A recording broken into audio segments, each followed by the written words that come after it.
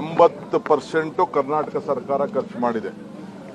20% ಮಾತ್ರ ಬಿಜೆಪಿ ಸರ್ಕಾರ, ಕೆಲವು ಕಡೆ 11% ಅಂದರೆ ಸೆಂಟ್ರಲ್ ಗೌರ್ಮೆಂಟು.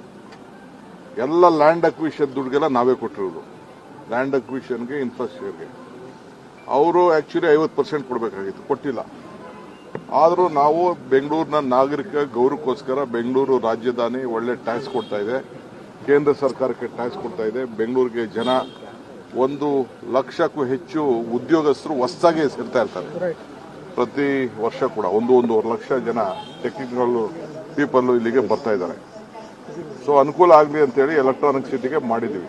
ಪ್ರಾರಂಭ ಮಾಡಿದ SM ಕೃಷ್ಣ ಅವ್ರ ಕಾಲದಲ್ಲಿ ಆವತ್ತು ವಾಜಪೇಯಿ ಅವರು, ಅರ್ಥ ಆಯ್ತಾ, ಎಷ್ಟು ದುಡ್ಡು ಕೊಟ್ಟಿದ್ದಾರೆ ಅಂತ ಸ್ಟ್ಯಾಟಿಸ್ಟಿಕ್ಸ್ ಅವರು ಬಿಡುಗಡೆ ಮಾಡಲಿ, ನಾನು ಬಿಡುಗಡೆ ಮಾಡಿ. ಕೆಲವರು ಬಿಜೆಪಿ ಅವರು ಪಾಪ ಏನೋ ಅವ್ರದೇ ಮಾಡಿದ್ರು, ಅವ್ರು ಯಾರು ಏನು ಸಾಧನೆ ಇಲ್ಲ.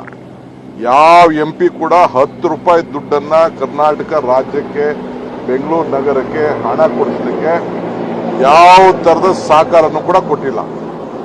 It is ashamed of all the MPs of Karnataka. No one has got, no one has pleaded, no one has met the minister, anyone, except in some time irrigation minister. When I met the irrigation minister, someone had have requested. No one has got 1 rupee even from the Manrega. That money also has not come. Like that, Central has fully neglected Karnataka. But to respect the Honorable Prime Minister, we requested him to inaugurate.